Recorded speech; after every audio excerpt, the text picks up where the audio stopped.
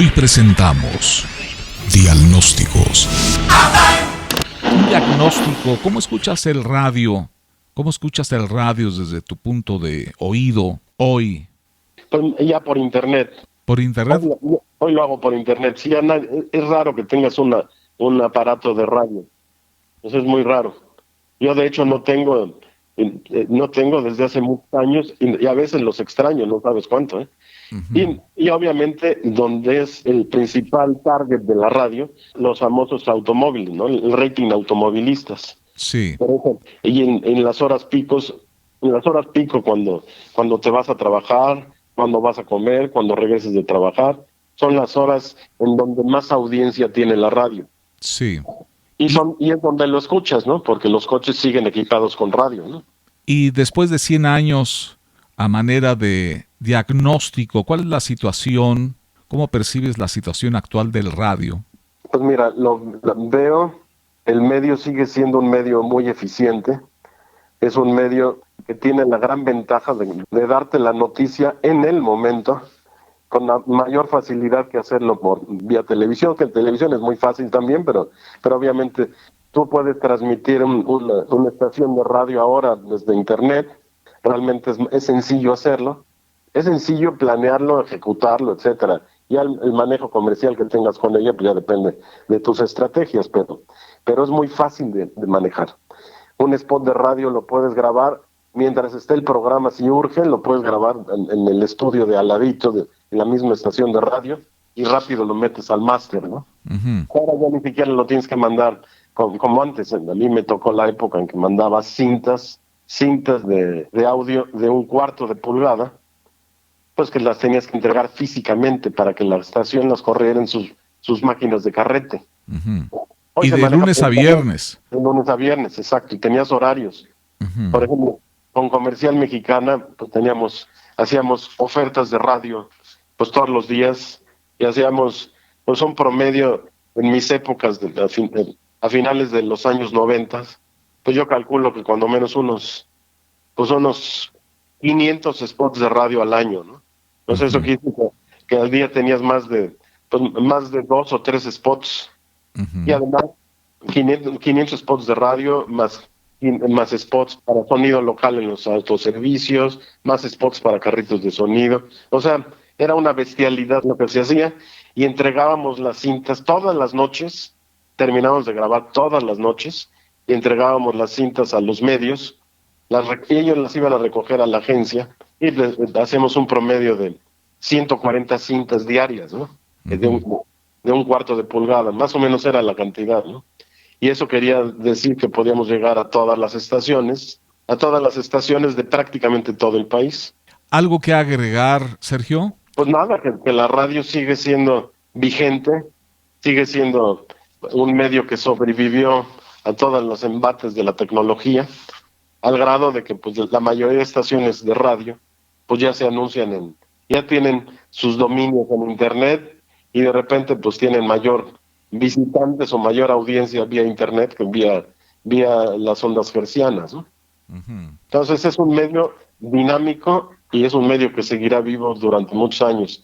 Y yo te quiero, para terminar, y así como colofón de la conversación, no sé si recuerdas una canción de los años 80 que se llamaba Video Kill de Radio Star. El video mató a la estrella de radio. Ah, con The Bangles, sí, 79 más o menos, sí. Para más o menos, pues bueno, eso creían que lo había matado el video, pero la radio sigue vigente. O sea, si lo mató, pues no andaba muerto, andaba de parranda. Oye, magnífico, me gustó mucho este remate, porque uno en varias entrevistas, no en destellos, sino en diferentes medios, lo ponen como ejemplo de que sí, efectivamente lo mató, el video mató a la estrella de radio. No es cierto, ¿no? No, definitivamente no. Desafortunadamente no estoy muy contento en lo personal como gente de radio con lo que está sucediendo, porque la radio ha tenido muchas variantes, pero desafortunadamente en contra de la ética, en contra de la logística, en contra de la cultura, porque hay mensajes muy agresivos, incluso malas palabras en la radio, que la Academia Mexicana cataloga como altisonantes. ¿Ves? Sí. Entonces ha variado muchísimo, se ha vulgarizado. Y eso tú lo sabes perfectamente bien, porque pues no entiendo a qué se deba, porque ahí deben intervenir 3 secretarías para controlar eso, que es la Secretaría de Comunicaciones, la Secretaría de Educación y la Secretaría de Gobernación. Pero no intervienen porque tienen como base de que es intervenir con la ley el derecho a la información y el derecho a la palabra. Pero hay un dicho que dice que la libertad termina cuando interviene el libertinaje. Y ni modo, ¿qué le vamos a hacer? La radio nunca va a morir, ¿eh? Una vez siempre lo he dicho, nunca va a morir. Porque déjame irme un poquito para atrás. 1985, cuando fue el terremoto en la Ciudad de México, ahí con la situación que vivimos todos, ahí me di cuenta que la radio era un monstruo dormido. Ujú. Cuando sucedió esa tragedia, ¿cuál fue el único medio que existió durante más de 1 hora y media? La radio. Se unieron todos los radiodifusores para hacer una sola señal para poder llegar a todo el país. ¿Lo recuerdas? Ujú. Yo estaba aquí, en eso. Ajá. Ujú. Sí, sí. Yo estaba en la cabina, en Radio Éxitos, el día del terremoto. Entonces yo digo que es un monstruo dormido, nunca va a morir. Así se llamó mi tesis. La radio, un monstruo dormido. Y hoy en día, aunque los muchachos utilicen su teléfono, utilicen el CD, utilicen cualquier otro tipo de plataforma para escuchar música, la radio ahí va a estar siempre. Nunca se va a ir. Como radio. Ujú. Una cosa que haya problemas económicos y tengan que cerrar una que otra, pero la radio va a seguir ahí. Siempre va a haber un acompañante. Acuérdate que la radio es tu gran compañera, como decía Universal Stereo. Ujú. Tú puedes, la ama de casa puede estar lavando, trapeando, haciendo de comer, y es más fácil que escuche radio que esté viendo televisión. Es tu gran compañera. Por esa frase de Universal Stereo. Está buenísima, ¿verdad? Sí, cómo no. Ajá. Oye, Fito, Vale. unas sugerencias para hacer un mejor radio y un mejor México. Para hacer un mejor radio, que hablen menos, que dejen de ser ególatras en el micrófono, porque como te digo, yo escucho radio y de repente me desespero de tanto que hablan, de tanto que hablan. Hay momentos que se atoran ellos solos y ya no saben cómo salir. ¿Por qué? Porque ya no están tan preparados. Hoy en día tienes una voz bonita y te pongo al aire. Jaime, ¿cuántos exámenes hacíamos para que nos dieran la licencia? Ujú. El de conocimientos generales, el de idiomas, el de la cámara, el de la ley de la industria y uno en vivo. Si te acuerdas, hoy en día cualquiera da un papelito firmado de la estación y eres locutor. Ese es el problema que hay hoy en día, que yo veo. Que mucha gente es hecha al vapor para que salga al aire porque tiene un timbre bonito. Igual uno no tiene el mejor timbre del mundo, pero el conocimiento sí lo vas y ya lo tienes. Oye, antes te pedían mínimo la licencia B, ¿te acuerdas? Ujú. A y B. Tú sacas la A o la B según los estudios que tengas y te acreditaban. Y hacías el examen correspondiente al nivel que tenías. Hoy en día, una simple cartita del gerente, no del director de la empresa, del gerente de la estación, y te dan tu licencia. Y ahí, ese para mí es un pequeño gran problema. Oye, una pregunta inocente. Sí, señor. ¿Si es necesario esa carta o ya no es necesario? No, hoy en día ya no. Hoy nada más va a ir fulano de tal y te dan el papelito, o sea, no puede ser. O sea, ¿se necesita papelito o ya ni papelito? Sí se necesita. Es un requisito, pero no lo presentan. Oye, es más, yo te puedo asegurar, Jaime, que muchos locutores no tienen licencia. Te lo puedo asegurar. O sea, no tienen papelito. No tiene el papelito de clave 135-244 licencia. Ajá. Ah, no, licencia no. Pero No. el trámite, porque cualquiera puede hacerlo, ¿no? Así es, cualquiera que tenga estudios mínimos de secundaria. Ujú. Pero yo te puedo asegurar que el 70% no tienen el papelito, ni la cartita, ni nada. Ujú. Pero en fin. ¿Alguna otra sugerencia? Mejor ¿Alguna radio, otra? mejor México. mejor México, que nos unamos, que jalemos todos para un lado, dejémonos de redes sociales. Las redes sociales envenenan a la radio también porque los locutores se malinforman, nos informan y hacen un perfil que no es bueno ni para ellos, ni para la ciudad donde viven, ni para el país. Yo nada más me gustaría que la radio diera una ideología, no de partidista, no político, una sola ideología como país, con raíces y experiencias que uno ya ha tenido en el país, más no político, eso es lo que más me interesa decir. Político no, nunca vamos a llegar a un acuerdo, pero si la radio te sirve para crecer. Dentro de la Ley Federal de Radio y Televisión, en el artículo 37 dice, hay que enaltecer la palabra, la sabiduría y el conocimiento de nuestra lengua. ¿Cuántos locutores, cuántos comerciales, cuántos programas no dicen groserías hoy en día? Ahí de entrada estás infringiendo la ley. Ya lo permiten, Jaime. No ahorita, de años atrás. Gracias, Kiko. Mira, fíjate que no paran de preguntármelo, porque hay gente que incluso dice que el radio ya no existe, que nadie escucha radio. Y eso no es cierto, ¿eh? El radio sigue teniendo vigencia. Estamos de acuerdo que el mundo cambió, que la tecnología le dio un vuelco completo a la comunicación. No sé, tú estudiaste para filosofía y cuestiones de periodismo, historia. Yo estudié comunicación. Yo confronto a mi hija Michelle, que estudió comunicación y que es recién egresada de la carrera, y a los chicos que están terminando o que ya terminaron, y son completamente diferentes los conceptos, pero en muchos detalles se parecen. Estamos tras de algo que se le llama 360 grados.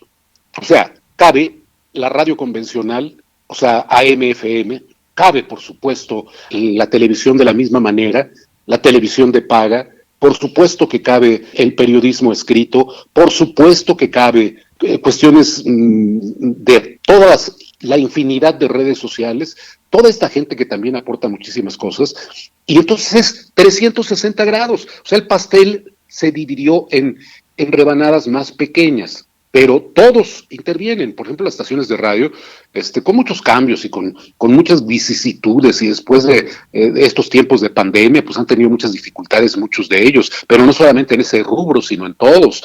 Y ocurre que están no solamente pensando en lo que voy a transmitir por mi emisora de AM, sino también lo que voy a transmitir por las redes a las cuales ya también estoy atendiendo, porque transmiten en Instagram, transmiten en YouTube, transmiten en todos los formatos que me digas, en Facebook Live, por supuesto TikToks, Twitch, todo Spotify, todo el mundo está transmitiendo en todo. Entonces, pues sí, pero yo creo que radio, la inmediatez de radio, yo veo muy complicado que se la vayan a quitar. Y yo veo todavía cosas muy interesantes de radio, aunque te debo decir una cosa, mi querido Jaime, y estarás de acuerdo conmigo, tú también fuiste director artístico en varias ocasiones, programador, gente radio, productor. Yo no le encuentro a la cuestión de radio, como la están manejando hoy, salvo la tecnología, se me hace muy similar, se me hace muy similar. Uh-huh. Es la promo de campo, la música nueva, la rotación de la música nueva, los programas tienen más o menos los mismos contenidos, los mismos mensajes, nada más que antes te llamaban por teléfono y ahora lo hacen por las redes, o se suscriben para hacer alguna participación en algún concurso de otra manera, cuando antes lo hacían con cartas, o de repente empezaron a surgir ya los correos, pero vamos, la dinámica no es tan tan tajante como fue la dinámica de cuando era la estación de Teatro Estudio antes de los 50 y algo, cuando empezaron las estaciones disqueras en 58, 59, 60, eso sí fue muy radical, muy tajante, pero después todo lo que viene, pues sí, la tecnología, ahora se oyen mejor, tienen mejores transmisores, tienen mejores micrófonos, tienen, la certeza de que van a tener una programación equilibrada porque ya no la tienen que hacer a mano, sino ya hay máquinas que las desarrollan, la misma publicidad, antes eran cartucheras, antes eran discos incluso, que tenías que poner el comercial y atinarle, y ahora pues estamos hablando de que ya tienes todo programado, incluso si te pasas del tiempo, pues te corta, te da un tiempo y te corta, y entonces tienes que mandar a spots o a las noticias, a lo que venga, porque si no, te cortan, ¿sí? Entonces todo eso ya está más mecanizado. Pero yo creo que radio todavía tiene mucho que contar, ¿eh? Jorge, ¿algunas sugerencias para hacer un mejor radio y un mejor México? Bueno, mira, yo creo que aquí viene algo que tú y muchos de los que hemos trabajado en este medio durante tanto tiempo lo intuimos. Necesitamos ahora. Sí, la apertura es completamente diametral a cuando nosotros trabajamos en radio. Dios guarde el hora si se nos escapaba alguna mala palabra, si decíamos, no, pues es que le faltan huevos, ¿no? Pues ahora lo dicen en cualquier canal o en cualquier radio o en cualquier lugar, y dicen hasta peores, ¿no? Pero la apertura hoy te da incluso para cuestionar las acciones de las autoridades y de una manera bastante importante, ya sea en radio, en tele de paga o en radio online o en redes, porque también están proliferando las estaciones de radio online.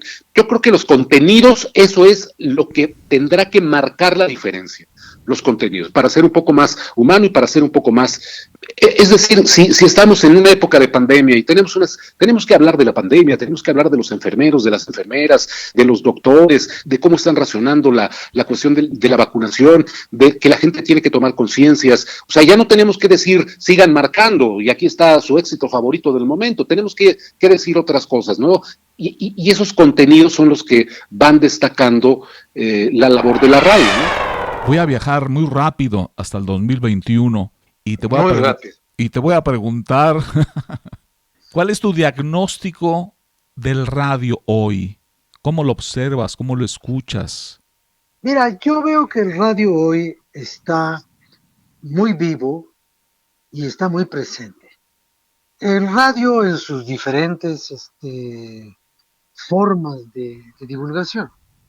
Me voy a quedar únicamente con el radio que sale a través de las antenas y que se capta con aparatos que reciben las ondas que viajan por el espacio. Uh-huh. Ya sea ondas de amplitud modulada, que ya son muy pocas, o ya sean señales directas de frecuencia modulada, ¿no? Uh-huh. Que esas viajan en línea recta y no en círculos concéntricos, ¿no? Está bien. Bueno, ese radio hoy está más vivo, más presente y más persuasivo e informativo que nunca. Y no ha perdido algunos de sus viejos encantos. Todavía hay por ahí algunos programas muy divertidos de simple entretenimiento. Uh-huh. También el radio se ha llenado de charlatanes, también. Pero eso no es culpa del radio, ni de los charlatanes. Es culpa de quienes atienden al charlatán. Ese es es un problema social. Pero la cantidad de estaciones de radio que hay en la Ciudad de México, por no hablar de todo el país, es apabullante. Y lo mismo las tienes para la música, que las tienes para la información. La gran expresión informativa de México se da por la radio. La radio le gana a todos le gana a las redes sociales, porque las redes sociales no tienen la confiabilidad que tiene la radio, porque la radio tiene rostro y nombre y voz, y las redes sociales no. Las redes sociales pueden ser granjas de robots, uh-huh, alimentadas pues como la mañanera y sus repercusiones, ¿no? Uh-huh. Pero la radio sí sabes quién es, quién habla, desde dónde está transmitiendo. Puedes pasar por una calle y ves el edificio y ves, ahí está Radio Tal, ahí es Radio Fórmula, ahí es Radiópolis, ahí está el grupo ASIR, ahí está Radiorama, ahí está Radio 1000. Uh-huh. Y la gente La radio no se esconde para transmitir. Qué interesante. Y algo tan importante debe tener la radio que, fíjate una cosa, el gobierno de México no tiene un canal importante de televisión. No tiene. Tiene por ahí el canal 22, que es una cosa ahí, snob y ñoña, que no tiene ninguna importancia. Tiene el canal 11, que no es más que una especie de Notimex sin suscriptores. Tiene la agencia de noticias, esta Notimex, que está en huelga hace 2 años. No tiene un periódico, como tuvo el Nacional algún tiempo, pero no se ha atrevido a quedarse sin la radio. Y tiene el Instituto Mexicano de la Radio con varias emisoras, algunas de tipo cultural y otras de tipo lamentable, ¿no? Con una zona informativa muy, muy, muy deficiente, pero no han querido desprenderse de la radio. Vendieron lo que ahora es Canal 13, se quedaron sin la más grande cadena de televisión que había en México, que era TRM, asociada con lo que después fue el canal TV Azteca, cuando tenían Imevisión. Imevisión tenía más cobertura que el canal de las estrellas. Prefirieron quedarse sin eso, ¿eh? Lo vendieron, se lo vendieron a un señor ahí, ¿no? Que vende también lanchas y licuadoras. Y motocicletas para repartir pizzas. Pero la radio se la quedó el Estado. Por algo debe ser, ¿no? ¿Y ese algo qué será?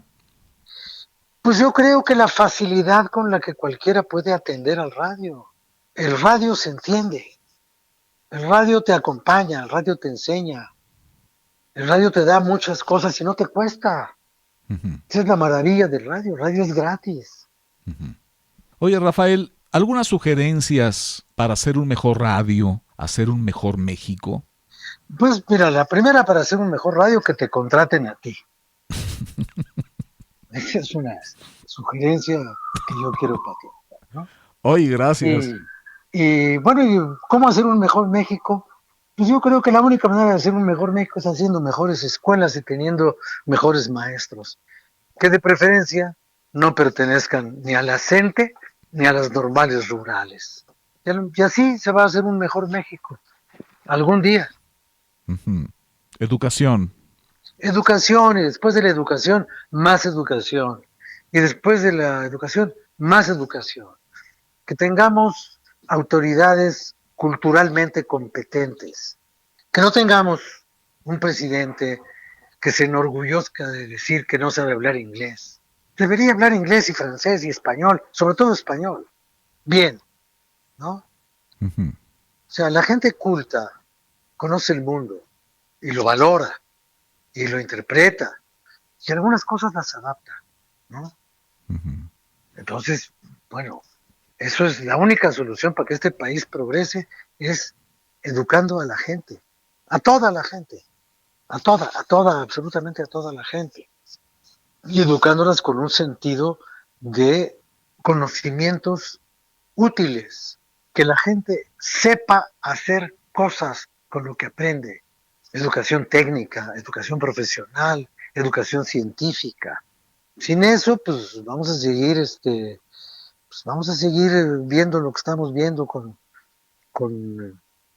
las escuelas que nada más sirven para amortiguar el desempleo.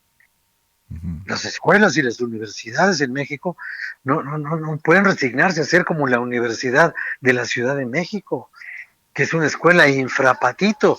Es ahí donde veo la solución de México. Y sé que va a tardar muchos años si empiezas hoy, pero va a tardar muchos más años si empiezas dentro de muchos más años. O si no empiezas. Hay que...